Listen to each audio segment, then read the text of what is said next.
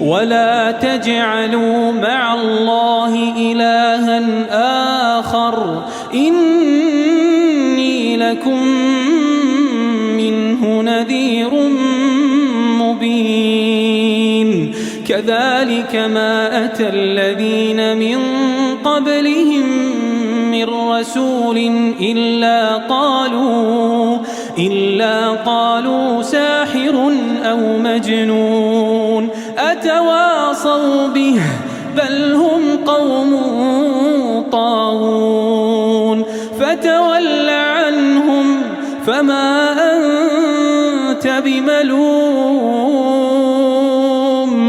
وذكر فإن الذكرى تنفع المؤمنين. السلام عليكم ورحمة الله وبركاته.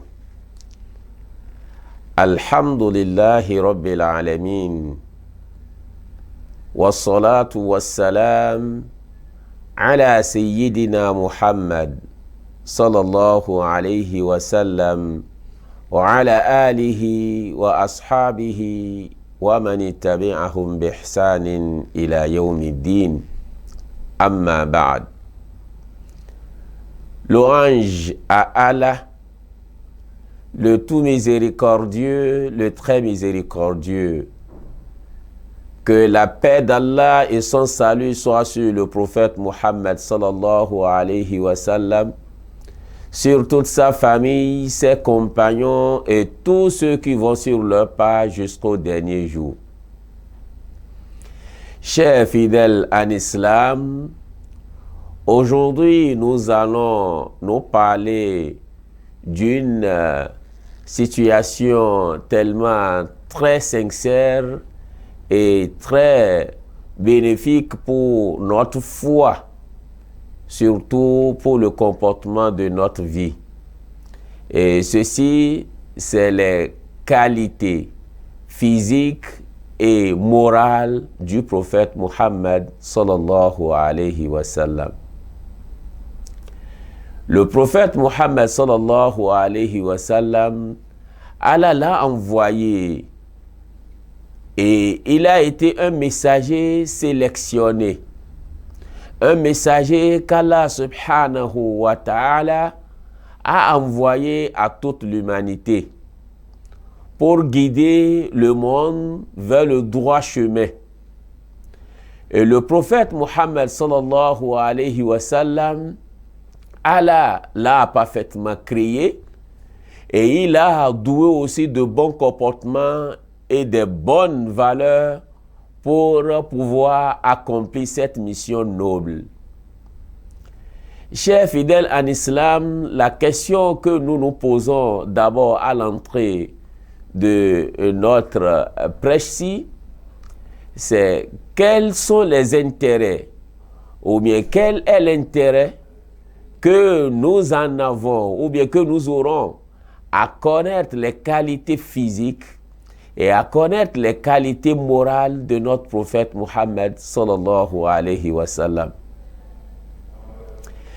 Tout d'abord, les qualités physiques de notre prophète Muhammad sallallahu alayhi wa sallam, son plus grand objectif est que lorsque par exemple, tu rêves que tu as vu le prophète Muhammad sallallahu alayhi wa sallam, il faudrait que tu aies certains signes particuliers qui peuvent te démontrer réellement que c'est lui que tu as vu dans tes rêves. Car le prophète Muhammad sallallahu alayhi wa sallam nous a dit, aucun d'entre nous, si quiconque d'entre nous rêve qu'il a vu dans son sommeil, réellement c'est lui qu'il a vu. Et que le shaitan, le Satan, ne prend jamais la forme ou bien la créature physique des prophètes Muhammad, des prophètes généralement, et surtout notre prophète Muhammad sallallahu alayhi wa sallam. Cela veut nous dire que le plus grand intérêt de connaître les qualités physiques de notre prophète Muhammad sallallahu alayhi wa sallam va dans ce cadre et surtout dans ce sens. Et pour les qualités morales, ceci, c'est ce qui va guider notre vie, qui va guider nos comportements dans la vie, qui va nous apprendre comment nous allons vivre avec la société, comment nous allons vivre avec notre famille, comment nous allons vivre entre nous les uns et les autres.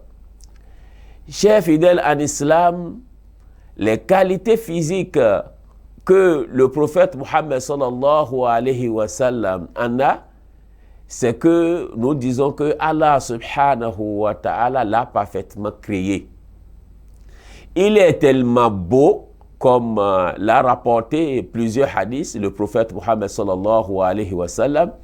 Il est beau, il est de taille ni longue ni courte, c'est une taille moyenne, et que son visage est un visage rond et lumineux comme la lune, car son visage était comme de la lumière, et comme la lune, et comme l'a qualifié plusieurs de ses compagnons, ridwanullahi alayhim, que la satisfaction d'Allah subhanahu wa ta'ala soit avec eux.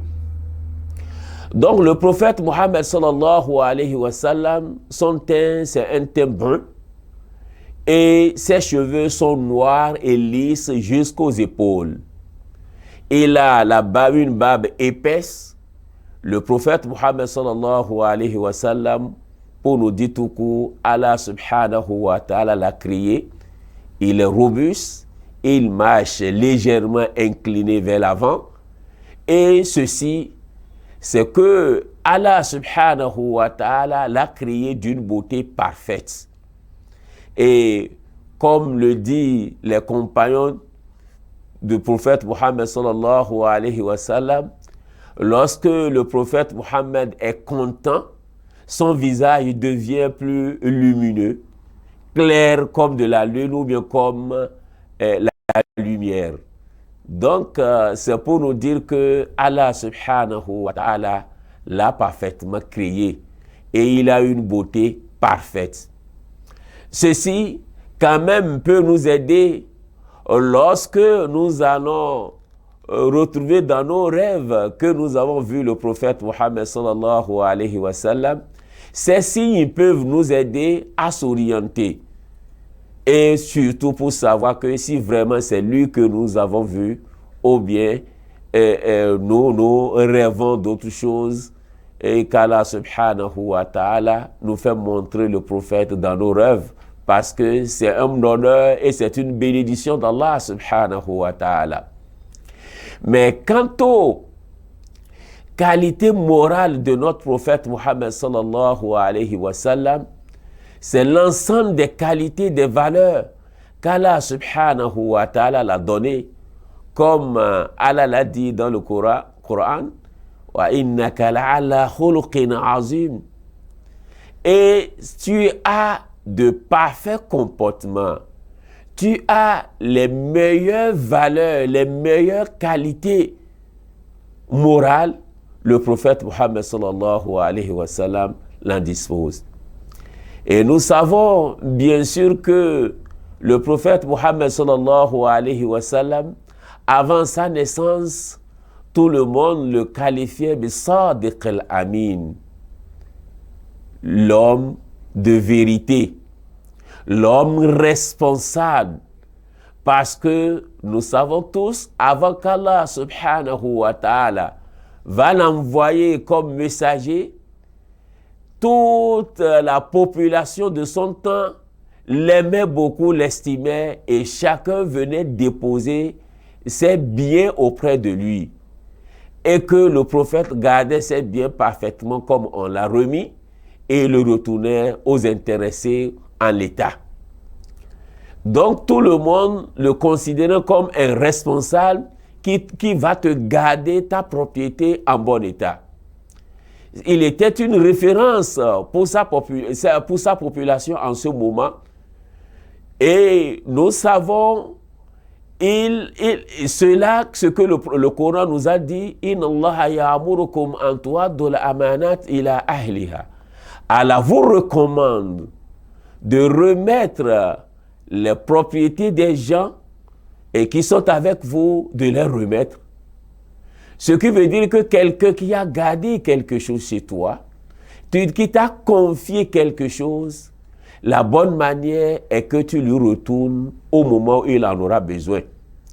Et c'est cette qualité que le prophète Mohammed sallallahu alayhi wa sallam, Allah l'a doué de cette qualité même avant sa révélation. Il n'a jamais été quelqu'un qu'on a vu qui n'était pas honnête dans cette qualité. Donc il gardait parfaitement les biens des gens et les rendait à temps. Et c'est comme ça que les gens l'appelaient Sadiq al-Amin, quelqu'un, l'homme de vérité et l'homme responsable. Cela veut dire que le prophète Mohammed sallallahu alayhi wa sallam n'a jamais menti dans sa vie. Il ne mentait pas et il n'a jamais menti dans sa vie depuis sa naissance. Qu'est-ce que cela veut nous enseigner? Et que la vérité, même si tu dis la vérité, tes ennemis même vont te respecter. Nous savons très bien, avant sa révélation, lorsque Allah a envoyé l'ange Gabriel et qu'il était sélectionné comme un messager d'Allah subhanahu wa ta'ala et qu'il voulait annoncer cela à sa population, il les a appelés, il les a réunis autour d'une montagne et qu'il leur posait les questions. Et si je vous disais que derrière cette montagne, il y avait les soldats qui vont venir nous attaquer tout à l'heure, est-ce que vous allez me croire? Et qu'est-ce qu'ils ont dit? Nous n'avons jamais t'attrapé avec un mensonge dans ta vie. Ce qui veut dire que tout ce que tu avais dit dans ta vie et ce que tu nous disais dans ta vie n'était que de la vérité. Un témoignage même que tous ses ennemis même l'avaient fait en ce moment. Donc, qu'est-ce qui s'était passé? C'est de là qu'il les a annoncé qu'il a été le messager d'Allah subhanahu wa ta'ala vers eux. Ce que nous voulons déduire ici pour retenir était la vérité dont il était accroché. Et la vérité était une qualité de tous les messagers d'Allah subhanahu wa ta'ala. Et Allah a qualifié tous ces messagers d'Allah qu'ils sont des hommes véridiques. Il a qualifié à Ibrahim alayhi salatu wassalam que c'est un homme de vérité. Il a qualifié à Nabi Allah Idris, Nabi Allah Yusuf Ayuha Siddiq. Il les a qualifiés tous. Et c'est comme ça pour nous dire que la vérité, c'est un chemin que le fidèle musulman aussi doit emprunter. Lorsque tu dis la vérité, tu es quelqu'un de référence dans la société. Le prophète Mohammed sallallahu alayhi wa sallam était un homme véridique, ne disait que la vérité. C'est pourquoi ses plus proches, qui a estimé beaucoup de lui, qui savaient que lui, il était un homme exceptionnel dans sa vie, avait rapidement cru lorsqu'il a annoncé qu'il était un messager. Surtout son ami Abu Bakr radiyallahu anhu. Et sa femme Khadija qui avait vécu avec lui et qui voyait ses comportements, voyait que vraiment c'est un homme exceptionnel, pas comme les autres. Donc cela nous veut dire que lorsque tu t'attaches à la vérité et que tu suis les pas de la vérité, tu seras chaque fois respecté, honoré dans toutes tes paroles. Le prophète Mohammed sallallahu alayhi wa sallam par cette vérité et même sur l'un de ces hadiths qui nous a enseigné que la vérité est le chemin du bienfait et le chemin des bonnes actions et le chemin qui conduit vers le paradis. Donc, et il nous a recommandé de dire la vérité. Et c'est de là qu'il nous disait que non, de s'éloigner du contraire de la vérité qui est le mensonge. Car le mensonge est le chemin qui conduit vers le malheur. Et le malheur conduit vers l'enfer. ولا يزال الرجل يكذب حتى يكتب عند الله كذاب. Et celui qui est en train de mentir sera en train de mentir jusqu'à ce qu'un jour, on va écrire sur la porte de l'enfer que c'est un menteur. Telle personne, fils de telle personne, est un menteur. C'est comme ça aussi la vérité de son côté. Donc, chers fidèles en islam, la vérité était parmi les qualités exceptionnelles de notre prophète Mohammed sallallahu alayhi wa sallam, en plus sa responsabilité qui était connue. Le prophète Mohammed sallallahu alayhi wa sallam, parmi ces qualités morales que nous allons citer ici aujourd'hui, nous avons la justice.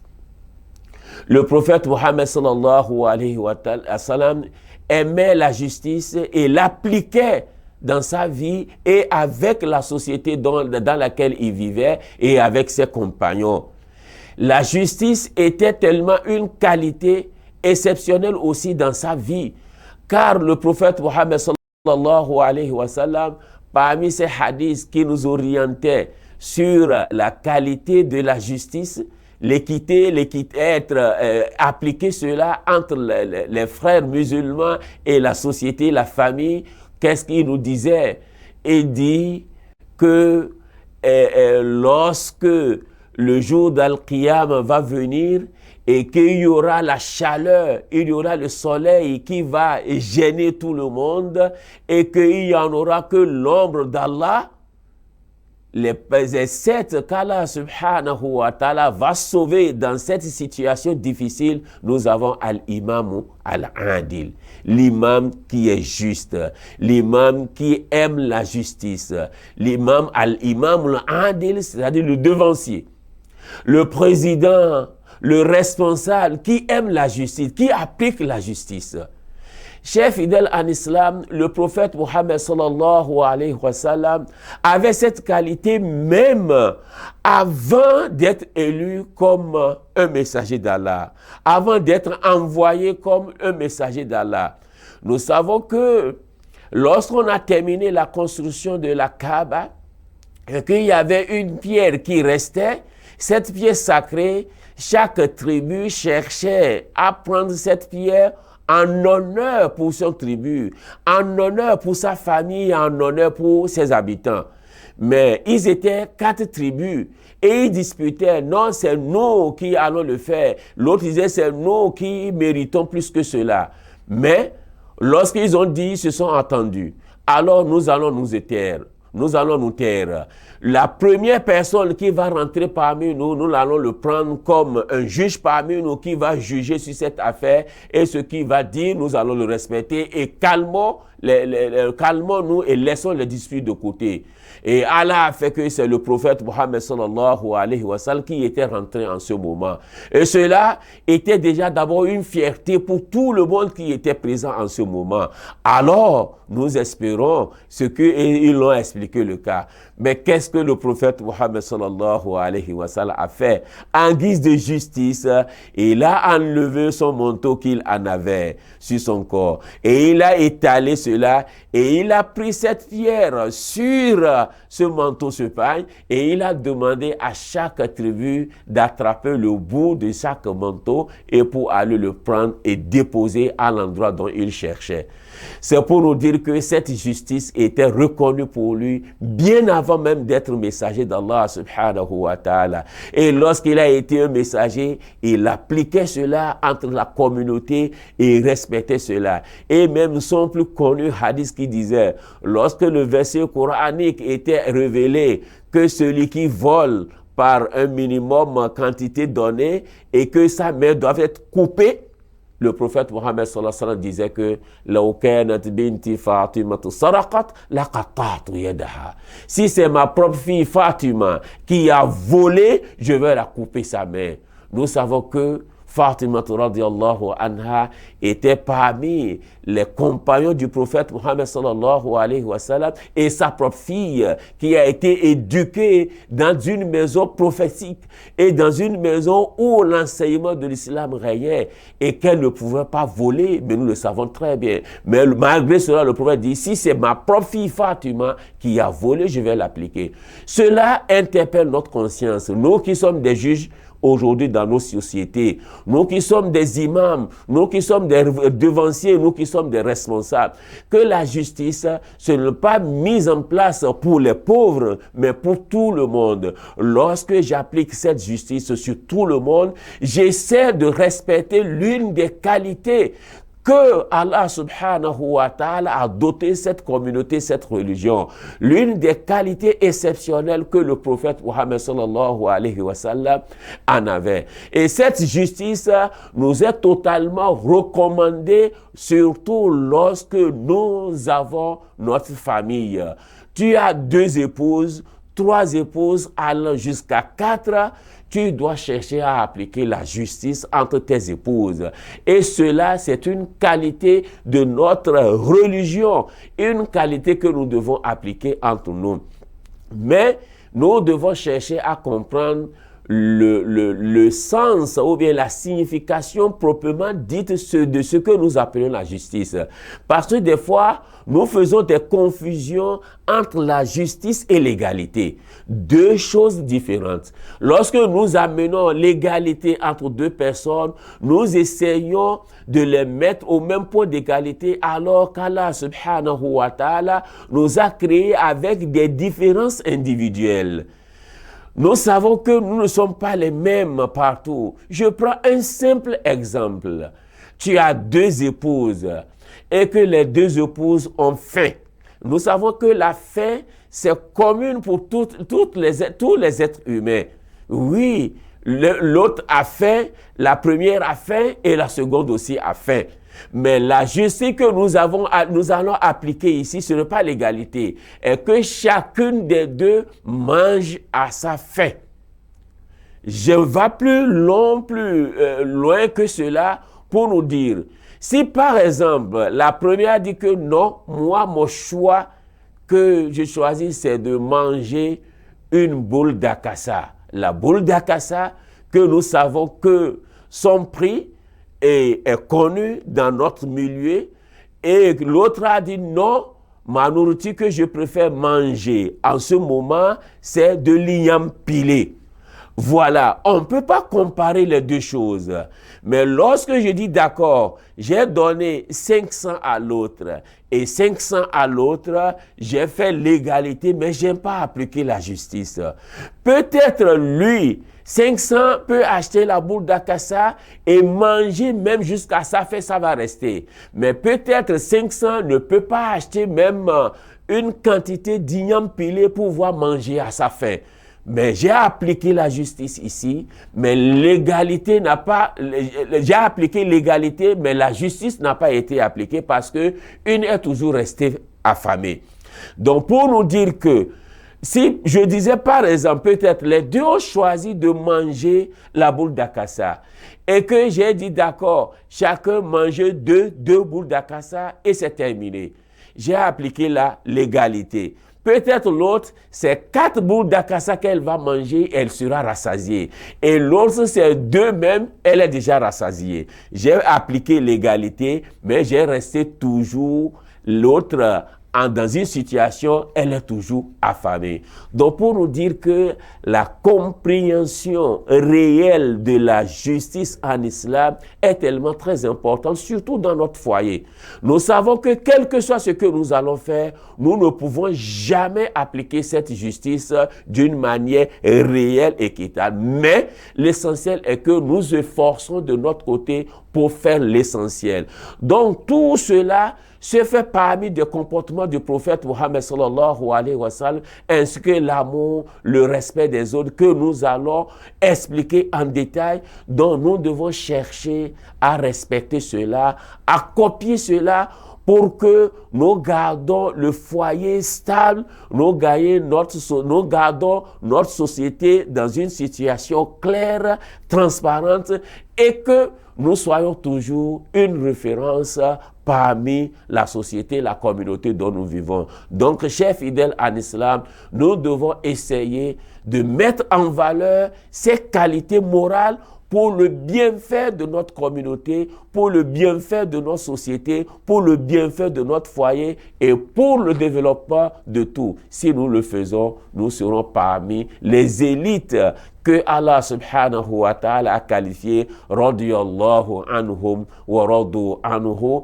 qu'Allah subhanahu wa ta'ala fait jaillir sur nous ses qualités, qu'Allah subhanahu wa ta'ala nous oriente sur le droit chemin, qu'Allah subhanahu wa ta'ala nous compte parmi ses bienfaits. Wa akhiru da'wana anilhamdulillahi rabbil alamin wa sallallahu ala sayyidina Muhammad sallallahu alayhi wa sallam wa ala alihi wa ashabihi wa man tabi'ahum bi ihsanin ila yawmiddin wa ba'd. Wassalamu alaykum wa rahmatullahi wa barakatuhu. Assalamu alaikum warahmatullahi wabarakatuh. Ìkànnì tẹ́ ń wò yìí náà ní ìkànnì Sunna TV, níbi tí àwọn onímọ̀ ti ń tẹ ìmọ́lẹ̀ sórí ẹ̀sìn Islam látọ̀rí Sunna TV, ìmọ́lẹ̀ nínú sunna nabi Muhammad sallallahu alayhi wa sallam. Ní gbogbo ìgbà ní kẹ́ ẹ máa wò wá tí ẹ sì máa rí ẹ̀kọ́ ẹ̀sìn kọ́ lórí ìkànnì yìí náà ni o. Òun ló múlẹ̀ rẹ̀kẹ̀tẹ̀ yàtọ̀ yìí. Gbogbo mùsùlùmí lọ́kùnrin àti lóbìnrin, ẹ jẹ́ ká máa wo Sunna TV. Ẹ jẹ́ àwọn ọmọ wa náà máa wo Sunna TV kí wọ́n lè bá ní ìmọ̀ tó péye nípa sunna. Ìkànnì tó ń tàn mọ́lẹ̀ sínú ẹ̀sìn ni Sunna TV Yorùbá. Ẹ máa wò wá ní gbogbo ìgbà kẹ́sì máa kọ́ ẹ̀kọ́ tó péye nípa sunna. Alhamdulillahi rabbil alamin wal aqibatu lil muttaqin wala udwana illa ala zalimin. Thumma salatu wassalamu ala sayyidina Muhammad sallallahu alayhi wa sallam المبعوث رحمة للعالمين المبعوث لإتمام مكارم الأخلاق محمد صلى الله عليه وسلم وعلى آله وأصحابه ومن تبعهم بإحسان إلى يوم الدين. Chers fidèles en islam, nous remercions Allah subhanahu wa ta'ala, le tout miséricordieux, le très miséricordieux, et que la paix d'Allah et son salut soient sur le prophète Mohammed sallallahu alayhi wa sallam. Chers fidèles en islam, ce sont les qualités morales de notre prophète Mohammed sallallahu alayhi wa sallam qui est au cœur de notre présentation aujourd'hui, et que nous avons besoin de ces qualités morales, ces valeurs nous avons besoin de ces valeurs pour orienter notre vie. Nous avons besoin de ces valeurs pour corriger les imperfections qui existent dans notre société. Nous avons besoin de ces valeurs pour corriger les problèmes qui existent entre nous. Chers fidèles en islam, nous avons cité parmi ces valeurs, nous avons cité la justice, nous avons cité la vérité, nous avons cité la responsabilité, et aussi nous avons l'amour. Le prophète Mohammed sallallahu alayhi wa sallam aime tout le monde, aime sa propre famille, comme il a dit, khayrukum li ahli wa ana khayrukum li ahli. Il dit, la meilleure parmi vous est la meilleure personne parmi vous est la meilleure personne pour sa famille, et je suis la meilleure personne pour ma famille. Qu'est-ce que cela veut nous dire? Cela veut nous dire que nous devons avoir un amour attaché à notre famille avant toute autre chose. Lorsque nous avons aimé Allah subhanahu wa ta'ala, nous avons aimé le prophète Mohammed sallallahu alayhi wa sallam, vient en position maintenant nos familles. Et tout d'abord, l'amour d'Allah subhanahu wa ta'ala s'est conditionné à la foi. وَالَّذِينَ آمَنُوا أَشَدُّ حُبًّا لِلَّهِ. Et ceux qui ont cru à Allah subhanahu wa ta'ala aiment sincèrement Allah subhanahu wa ta'ala. Et l'amour en Allah subhanahu wa ta'ala fait partie des conditions, les 7 conditions de la ilaha illallah, l'attestation de foi. L'amour en Allah subhanahu wa ta'ala fait partie des 7 conditions de la ilaha illallah. Lorsque tu as perdu cet amour en Allah subhanahu wa ta'ala, tu as perdu tout. Tu as perdu tout parce que l'amour en Allah subhanahu wa ta'ala, c'est lui qui va t'orienter vers l'amour du prophète. Et l'amour du prophète, comme lui-même il a dit, aucun d'entre vous ne sera jamais un homme de foi jusqu'à ce qu'il va m'aimer, moi, le prophète Mohammed sallallahu alayhi wa sallam, plus que son enfant, plus que son papa et sa maman, plus que toute sa famille, plus que lui-même. chers fidèles en islam, cela veut dire que l'amour du prophète est au-dessus de tout. Nous devons l'aimer plus que tout ce que nous en avons. Après l'amour d'Allah subhanahu wa ta'ala. Mais après cet amour, tu aimes ton papa, tu aimes ta maman, tu aimes tes enfants, ta femme, tous ceux qui sont autour de toi. C'est l'islam qui te recommande cela. Mais l'amour, ce n'est pas ce que tu vas dire à la bouche, mais tu dois la mettre en application. Tu dois le mettre en application. Ce n'est pas un mot que tu vas faire sortir, mais c'est un mot que tu vas mettre en application. Respecter cela comme ça se doit. Aimer ton enfant, aimer les uns les autres, cela fait partie de la foi. Et le prophète Mohammed sallallahu alayhi wa sallam l'a mise en pratique avec tout le monde, même comme on nous l'a rapporté. Des fois, le prophète Mohammed sallallahu alayhi wa sallam est en prière et il entend le bruit d'un enfant pleurer.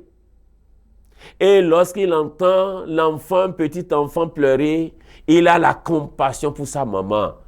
Que la maman de cet enfant sera dérobée de la prière. Son esprit ne sera plus cadré à la prière. Alors, le prophète, s'il avait l'intention de lire une sourate longue, il raccourcit cette sourate pour faire compassion, en amour avec cette maman qui sera tellement attachée par les pleurs de son enfant. Cela nous enseigne que lorsque nous sommes en prière, je suis un imam, et que j'entends le bruit d'un enfant qui pleure, peut-être c'est la chaleur, peut-être c'est l'absence de sa maman à son côté, nous devons prendre la responsabilité de revoir notre prière, de réorganiser cette prière en amour avec cet enfant qui pleure, en compassion avec cette maman qui est dans cette situation difficile.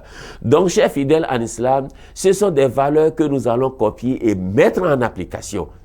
Tu es un imam, l'amour de tous les fidèles derrière toi doit être au cœur. Faut pas faire une distinction entre ces fidèles. Aimer quelqu'un plus que l'autre, éloigner l'autre plus que l'autre, cela n'est pas du comportement de notre prophète Mohammed sallallahu alayhi wa sallam.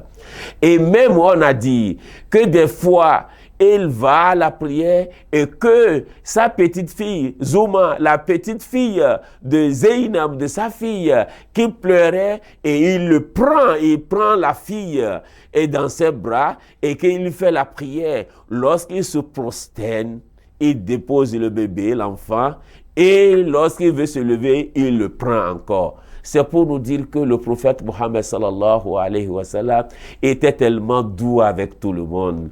Il avait le respect de tout le monde. Il respectait tout le monde. Un petit, un grand, tout, c'est au même point d'égalité. Le prophète Mohammed sallallahu alayhi wa sallam respectait tout le monde. Dans sa marche, dans tout, c'est tout comme avec l'humilité.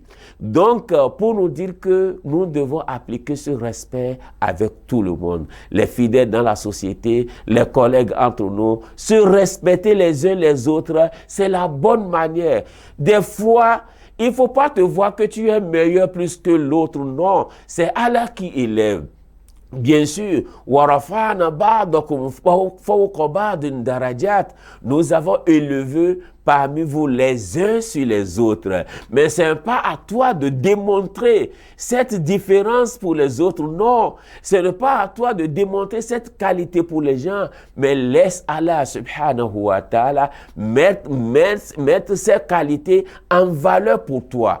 Et là maintenant, les gens vont te respecter, vont reconnaître cela pour toi. Mais lorsque tu prends cela avec l'arrogance, je suis l'imam, je suis l'alpha, je suis comme ça, c'est tout. Quand tu ne me connais pas, cela ne démontre pas une meilleure qualité de toi. Ne demande pas une copie de notre prophète Mohammed sallallahu alayhi wa sallam. Ne démontre pas l'image que tu dois en avoir envers ton prophète Mohammed sallallahu alayhi wa sallam. Donc c'est pour nous dire que le prophète Mohammed sallallahu alayhi wa sallam se respecte et il se laissait pour tout le monde. L'humilité, sincèrement, c'était l'une de ses qualités exceptionnelles.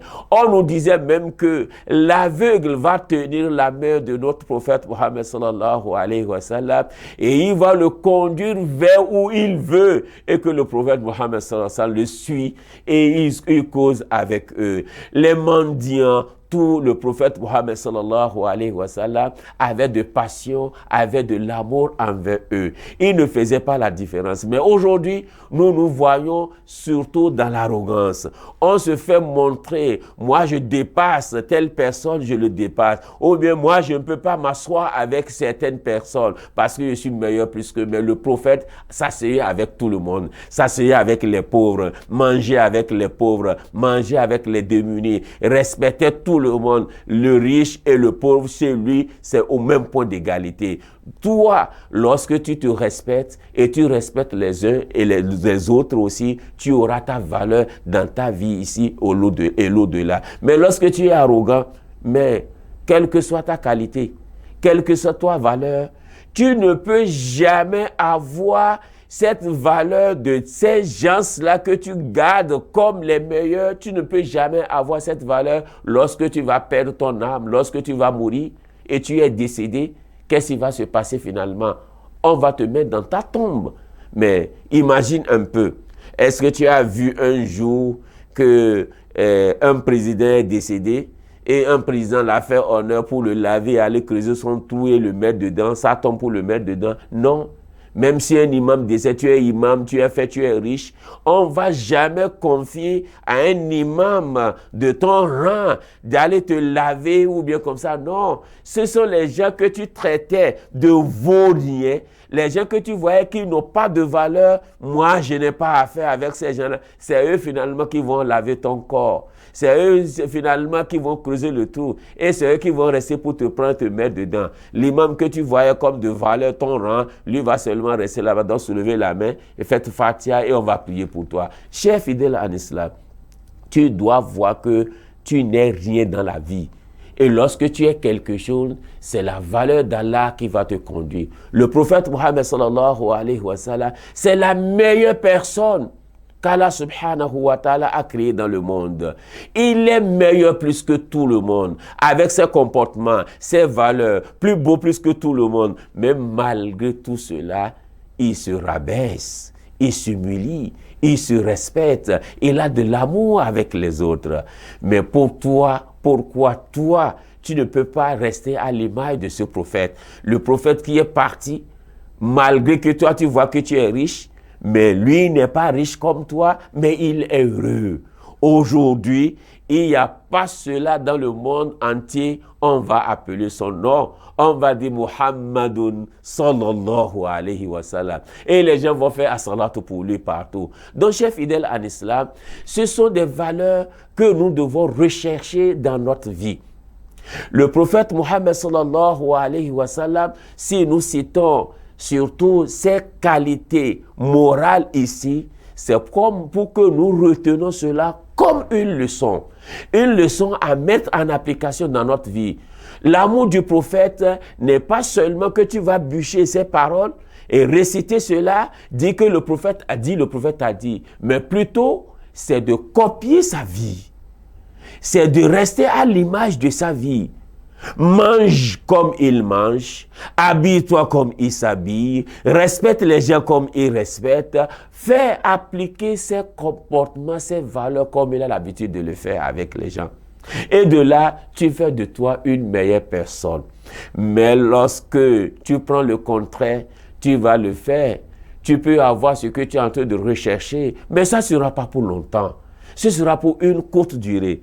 Tu ne connais pas la personne à première vue et tu te vois que tu es déjà meilleur plus que lui. Peut-être lui est meilleur plus que toi, tu ne sais pas. Donc, chers fidèles en islam, nous devons rechercher ce comportement et la mettre en application dans notre vie. Comme Allah subhanahu wa ta'ala nous l'a dit chaque fois, laqad kanat lakum fi rasulillahi uswatun hasana. Et dit, vous en avez en exemple pour votre vie, le prophète Mohammed sallallahu alayhi wa sallam. Des bons comportements, des bonnes valeurs qui vont guider notre vie. Mais ce verset a été conditionné. Liman kana yarju yawm al-akhir. Donc pour celui qui recherche l'au-delà. Tu recherches l'au-delà, la vie de l'au-delà, tu vas chercher à prendre le prophète Mohammed sallallahu alayhi wa sallam comme uswatun hasana, le modèle. L'exemple assure. L'image a copié. Et cela, tu essaies de donner une valeur à ta vie. Mais lorsque tu prends le chemin contraire, tu dérobes du chemin du prophète Mohammed sallallahu alayhi wa sallam, tu crées des problèmes pour ta vie. Tu crées des problèmes pour ta famille. Car les bons comportements, c'est là que résume l'adoration proprement dit. L'adoration concrète se résume sur les bonnes valeurs. Qu'est-ce que je veux dire par là? Nous avons deux adorations. Une adoration que nous appliquons entre nous et notre Seigneur. Cela, même si nous commettons des péchés entre nous et notre Seigneur, ça, c'est tellement facile. Lorsque nous nous repentons, Allah nous pardonne facilement. On se repent et on prend l'engagement de ne plus revenir à ce péché. Allah prend acte et il nous pardonne. Et il est le pardonneur. Wallahu ghafurur rahim. Mais lorsque nous adorons Allah subhanahu wa ta'ala, l'adoration qui existe entre nous et nos proches, c'est-à-dire c'est l'adoration d'Allah subhanahu wa ta'ala qui s'étend dans sa compréhension entre nous vers les autres. C'est pas que j'adore mes collègues, mais j'adore Allah subhanahu wa ta'ala en respectant les règles qui existent entre nous, en respectant les clauses dignes que nous avons prises entre nous, en respectant l'engagement qui a été pris entre nous. Ceci, lorsque nous respectons cela, nous faisons l'adoration proprement dit dans son image complète, dans son intégration. C'est une adoration intégrale. Mais lorsque nous adorons Allah subhanahu wa ta'ala, nous jeûnons très bien, nous nous levons la nuit pour faire des prières nocturnes, nous lisons le Coran, c'est bon. Mais que nous avons pris le bien de l'autre, nous avons taquiné l'autre, nous avons fait du mal à l'autre, nous avons fait la médisance entre les autres, nous avons soupçonné entre les autres, cela n'est pas une religion, une adoration qu'on nous a demandé. Comme le Allah subhanahu wa ta'ala a dit, ijtanibu kathiran min zan, inna ba'da zan ithm. Il dit, éloignez-vous du soupçon de je pense que c'est celui qui l'a fait. Une chose est perdue. Tu n'as pas une certitude que c'est telle personne qui l'a volé. Alors tu dis non, moi je pense que c'est lui qui va le faire. Allah dit de s'éloigner de cela. Car la plupart de cela que je pense que, et le soupçon que tu avances, ça peut être un péché. Ça peut être que cette personne ne l'a pas fait. Et le prophète Mohammed sallallahu alayhi wa sallam nous a dit dans le hadith qui a été rapporté par Abu Huraira radiyallahu anhu, Iyyakum wa zon, fa inna zon akdhabul hadith. Il dit, méfiez-vous du soupçon, parce que le soupçon fait partie des plus grands péchés dans la parole. Nous savons très bien que le Coran nous avait mis en garde. Et le prophète aussi, par sa parole aussi, appuie cela. C'est pour nous dire que c'est un péché. Lorsque tu dis cela simplement, tu parles mal de cela, de ton prochain, c'est que tu es en train de démolir ces bonnes actions que tu as faites. Et aussi au même moment, tu parles de ton prochain en son absence, c'est un péché. Même s'il a bien fait, on te recommande de ne pas le faire. C'est une adoration. Il ne faut pas voir que non, c'est une simple chose, que cela n'a aucun effet, ça n'a pas d'importance. Ça a plus d'importance, chers fidèles en islam.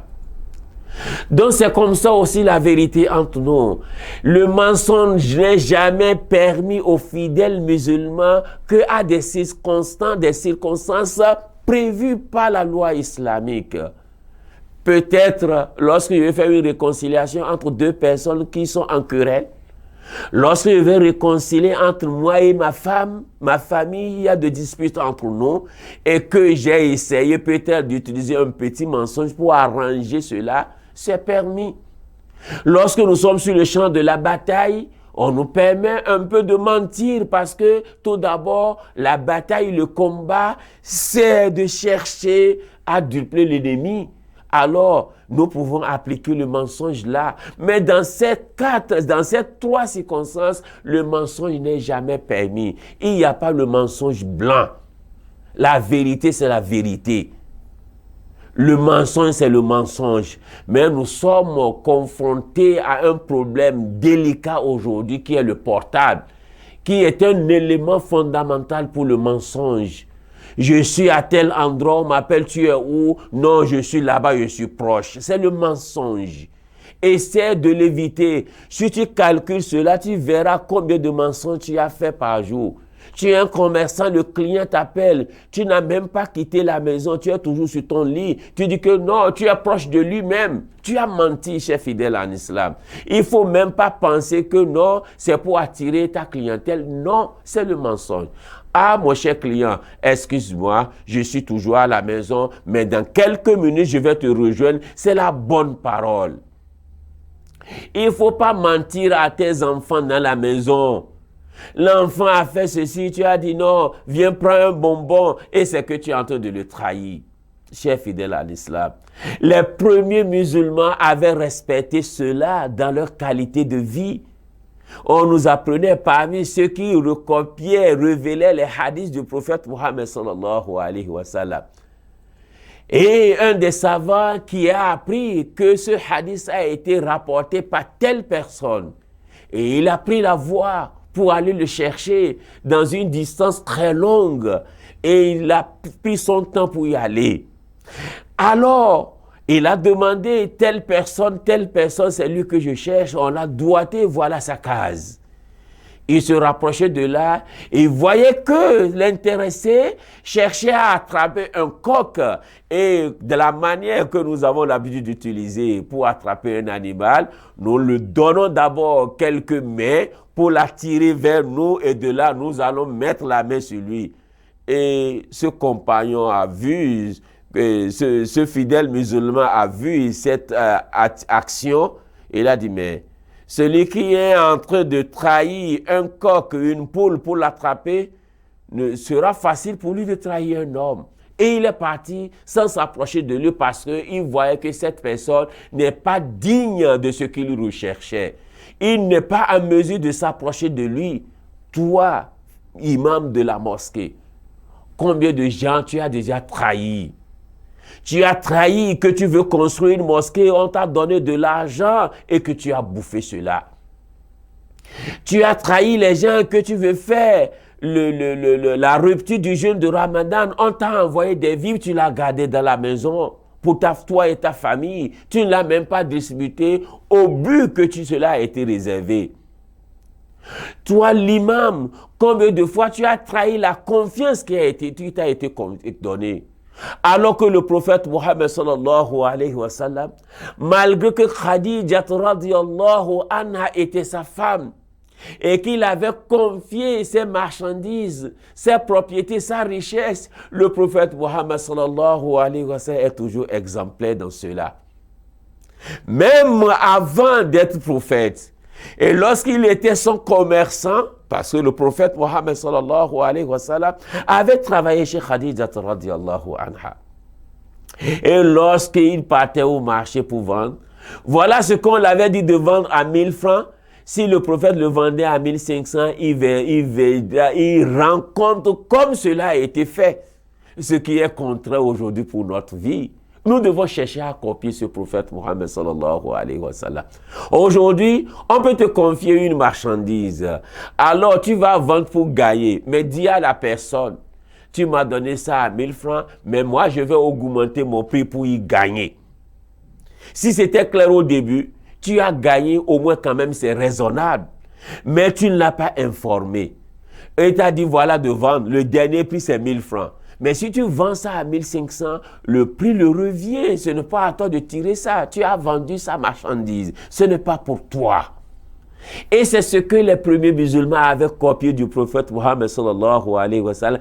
Et eux-mêmes étaient un moyen de prédication pour faire convertir les gens à la religion. Mais aujourd'hui, Les gens ont vu toi imam et ils ont fui de la religion musulmane. Ils ont fui de l'islam. Mais voilà l'image de celui qui est leur devancier. Voilà ce qu'il fait. Est-ce que ce serait meilleur de suivre cette personne? C'est tant de questions qui se posent dans notre société aujourd'hui, chers fidèles à l'islam. Nous devons revoir en nous et recopier ce groupe. On vend un terrain, une parcelle pour la communauté musulmane. Et ils sont arrivés, comme nous voyons les Arabes, tout comme c'est les gens qui sont riches et qu'ils veulent investir dans l'islam. Et de là, nous allons chercher à profiter.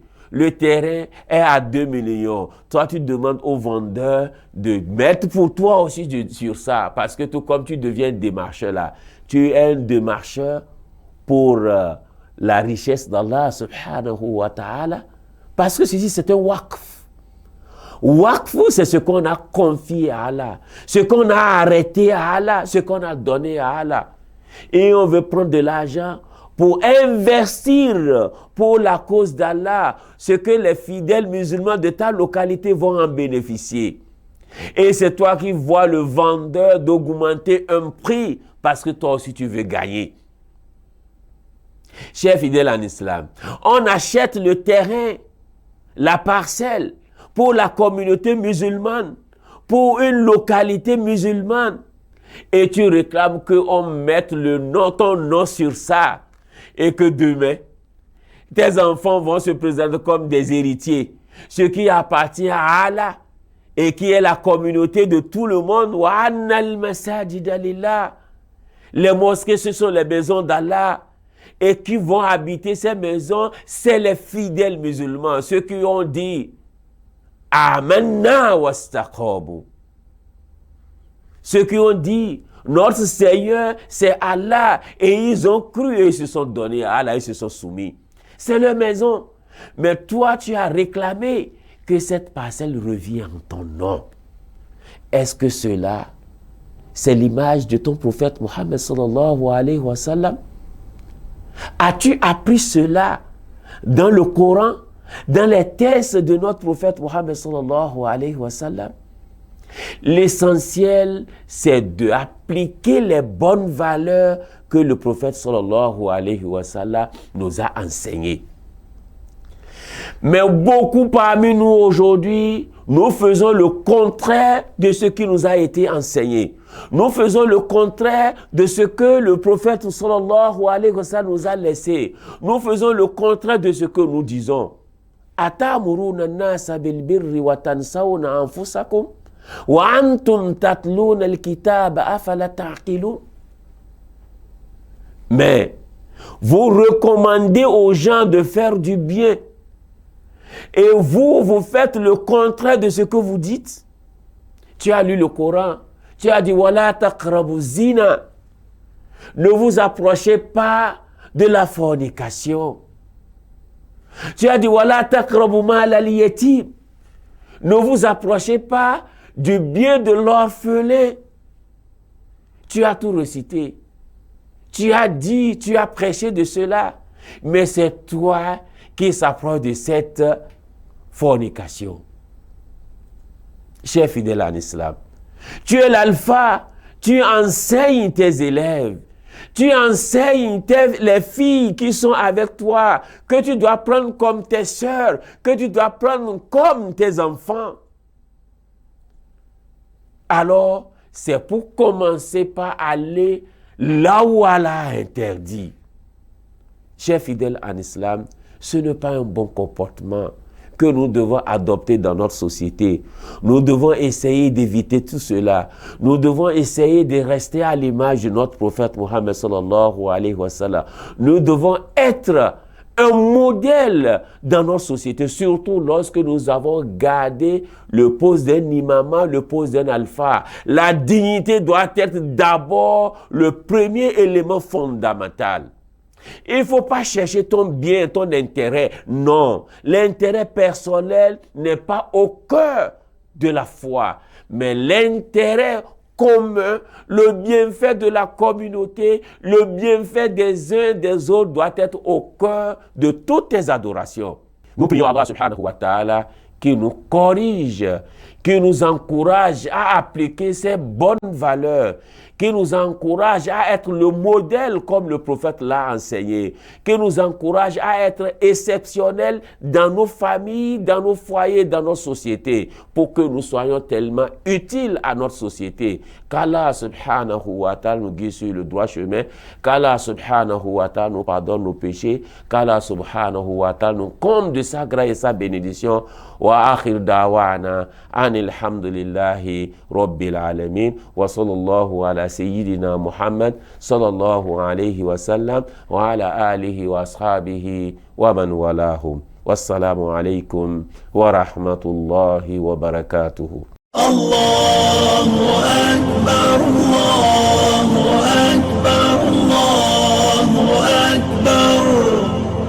La ilaha illallah. Allahu akbar, Allahu akbar. Walillahil hamd. Allahu akbar, Allahu akbar, Allahu akbar. La ilaha illallah. Allahu akbar, Allahu akbar. Walillah